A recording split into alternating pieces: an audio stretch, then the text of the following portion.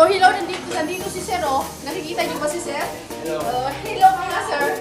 Hi. Ito yung applicant natin na nag-apply as assistant ko. Ngayon is papaalis na siya. So, kamusta ka, Sir? Ito mabuti naman. Siyempre, kinakabahan tayo kasi first timer lang din naman ako eh. Oh, say hi ka muna. Okay. Hello. So, kamustahin natin yung mga nag-apply. Ito? Okay. May mga questions kami, Sir, sa'yo regarding sa application nyo and then kung ano yung mga naging experience dito sa agency. Okay lang ba sa inyo? Okay lang, sige, okay lang. Okay na. Sir, what is your name again? Pangalan ko si Benson Agutado, 33 years old. Nag-apply for Albania as a assistant cook. Okay, thank you. So kamusta naman yung experience mo sa pag-apply dito sa BM Skyway? Ang experience ko dito sa BM Skyway ay, siyempre, isa lang, kailangan mo magantay. Be patient, hindi naman pag mag-apply ka, ay ganyan.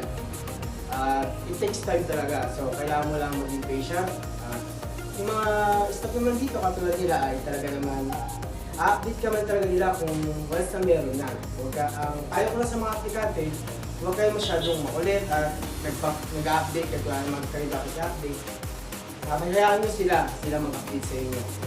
At good stuff naman sila at saka pag nandito ka sa posisyon ko, i-assist ka naman talaga nila eh. At yun.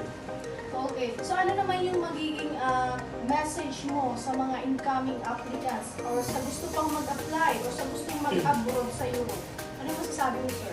Masasabi ko sa mga aplikante na future na mag-apply ko sa aming agency na ngayon, magiging kalmado lang kayo magiging mapag-antay. Siyempre, huwag kayo magkakaroon ng doubt sa sarili nyo na baka hindi siya legit, ganun, huwag ganun. Kasi mapupuno lang kayo ng negativity sa isip nyo at sa katawan nyo. Panghinaan kayo ng loob. Dapat, pag nag-apply kayo, sigurado kayo. At hindi naman to sasabi na scam. Legit si BM. Kailangan nyo lang talagang maging kalmado at syempre may tiwala din dapat kayo sa sarili nyo, sa agency at sa ina-apply nyo. So, narinig nyo na mula kay sir. Papaalis na po siya. So, sabihin natin kay sir, ingat po siya. Safe apply. And then, ano nga hanapin doon? Anong gagawin? Magtatrabaho? Magtatrabaho, tapos kailangan nyo siya na magpursige.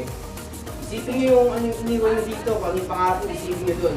At huwag kayong gagawa ng kalokohan sa ibang bansa. Yun lang. Siyempre, ang BM Skyway, ang sabi nga ng BM Skyway, let your dreams become your wings. Yes, dito na kayo sa legit. Let your dreams be your wings. Yes. Apply na! Let's go!